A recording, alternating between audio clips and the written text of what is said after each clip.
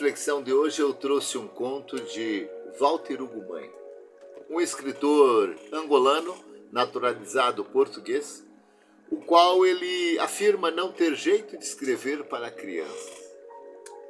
Porém, ele diz: eu sou muito romântico, quero melhorar o mundo, mas melhorar o mundo servindo as crianças uma ética, uma sensibilidade que acredita, que eu acredito. É o mesmo que lhe pedir que cresçam melhores dentro deste mundo a qual está inserido.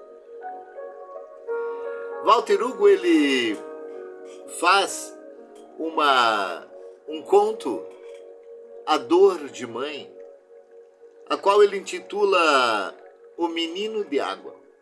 O Menino de Água é uma narrativa curta, densa, de uma poesia que fala da dor de uma mãe que perdeu a criança levada pelo turbilhão das ondas do mar.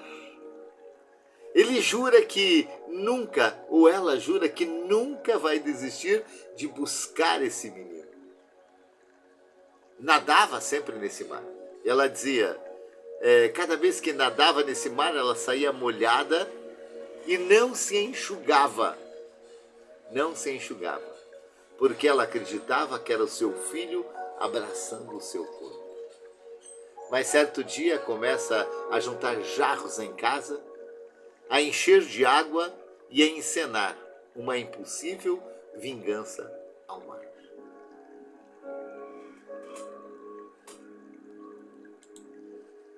E Walter Hugo, ele começa a narrar essa história, esse conto, da seguinte forma. Ele começa a dizer: um dia nadou, o menino nadou, e ele foi nadando para muito além das grandes ondas. De repente a mãe observa, não o vê e percebe, ele não voltou. A mãe logo estranha e começa a estender as mãos às águas, buscando nem que seja o corpo diluído desse menino. Julgava ela que o filho se diluíra, assim como se dilui o cubo de açúcar que é incapaz de adoçar a água do mar. E a mãe jura que vai buscá-lo para sempre. Ela vai continuar sempre nessa busca. E ela vai buscá-lo. E ela haveria de reconhecer, nem que ela se tornasse, ou ele se tornasse ínfimo, e ela a conheceria. Saberia dele, escondido nas mais insignificantes gotas de água. Ela jurava que saberia dele, porque ela não desistiria nunca de buscá-lo. Se o menino estivesse por perto ou longe, ela nunca o ignoraria, porque ela continuaria nessa busca incessante. Nadou e nadou até o fim do mar. A bocas de tubarões, ao fim do mar, a boca de grandes peixes, baleias, adentrou ao vazio das baleias sobre a barriga cega de barcos, adentrou em pensamentos de peixe às suas costas, procurou entre areias, atrás de pedras, debaixo de pedras, e procurou, buscou na cintilação quanto a luz entrava na água dentro, fazendo de tudo um cristal gigante. E ela procurou. Podia ser que o filho fosse agora uma estrela e só soubesse brilhar. A mãe olhava. E ela olhava, procurava. Olhava distante, procurava. A mãe procurava o brilho, como se o brilho ali estivesse, também fosse recíproco, como se o brilho a estivesse procurando. E a mãe procurava, via o brilho assim, também acreditava que o brilho a estivesse procurando. E ela esperava de todo modo. Ficaria para sempre a esperar, para sempre. Nunca secava seu corpo, porque a água era agora o seu menino. Ao entrar na água saía toda molhada, porém não secava o corpo, porque sentia ali o abraço do filho. Molhava-se, estendia as mãos em redor como se Radares, aflito por um abraço, imaginava que a criança fazia as ondas do mar. Talvez as ondas fossem o modo que o menino estivesse falando com ela. E ela ondulava. Sentia as marés como a respiração do mundo a caminho. Ela sentia que o tempo todo era deslocação e viagem.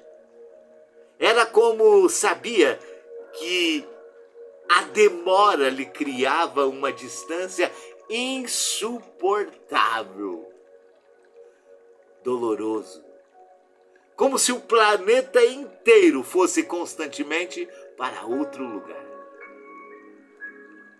Como se o planeta inteiro estivesse agora a ir embora e ela precisasse de agir com muita urgência. Ela também achava que o seu corpo a secar era uma partida contínua do seu filho. E de repente a água secava e o abraço cessava. Quando sentia a roupa e a pele seca, ela dizia: partiu. Ele partiu, como se o seu filho se levantasse do colo, de dormir no seu peito, como era sempre de costume. De repente, o menino evaporava, talvez para observar as coisas desde as nuvens. A mãe ficava sozinha.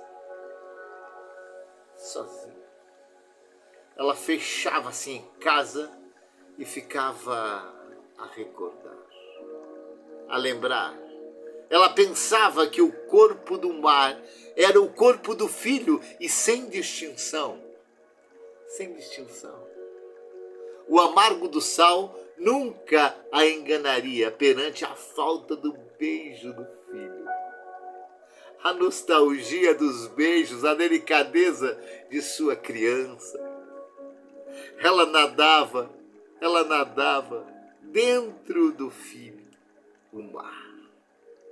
E era por causa disso que se estendia e só então acalmaria. Só então acalmaria no envolto das águas. Uma vez, a mãe encheu de água um enorme jarro. A mãe enche de água um enorme jarro. Leva para dentro de casa, sem entornar. Fitou. Perplexa. Resplandecia na luz da tarde igual uma lâmpada líquida. Ou uma estrela guardada cuidadosamente. Abraçou o jarro. Aquele abraço longo, acariciou. Era então o lugar do seu filho. Depois a mãe afundou um soldadinho dentro da água.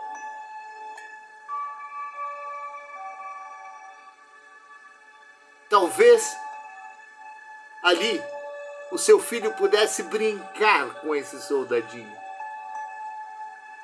E a mãe afunda outro, para que seu filho pudesse brincar. Talvez o menino apenas brilhasse para brilhar. A cada dia, assim repetiu, até que a casa inteira fosse o mar. Um mar de vidros. Um mar de vidros puros, transparente, através dos quais ela o vingava e o expunha ao sol. Ali imaginava seu filho olhando a ela, e ela olhando ele, e ela o abraçava. Afundava lobos, vasos, carrinhos, brinquedos, balas, pirulitos, coisas para ele brincar. Super-heróis, carrinhos de corrida, tudo coisas que flutuavam, barquinhos de papel, e aí ela afundava ainda mais soldadinhos dentro da água para que ele pudesse brincar. Um exército todo de brinquedos que na transparência do vidro também esperava. E a mãe ali analisava. O belusco das águas e a maior cintilação para saber que o seu menino estava com ela a se comunicar.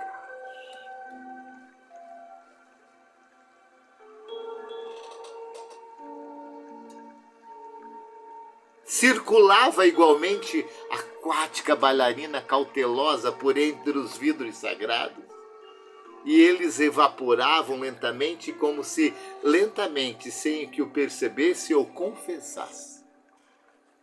A mãe vingava-se ao matar o mar.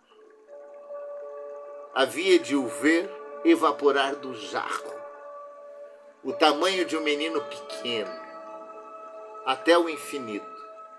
Amaria e culparia o mar até o infinito.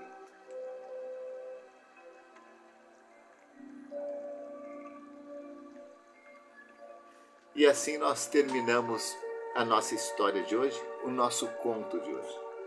E certamente vamos nós, agora, reproduzir um grande conto. Fala aí com esse professor que está ao lado e certamente ele passará a você uma boa coordenada. Muito obrigado e até a próxima reflexão.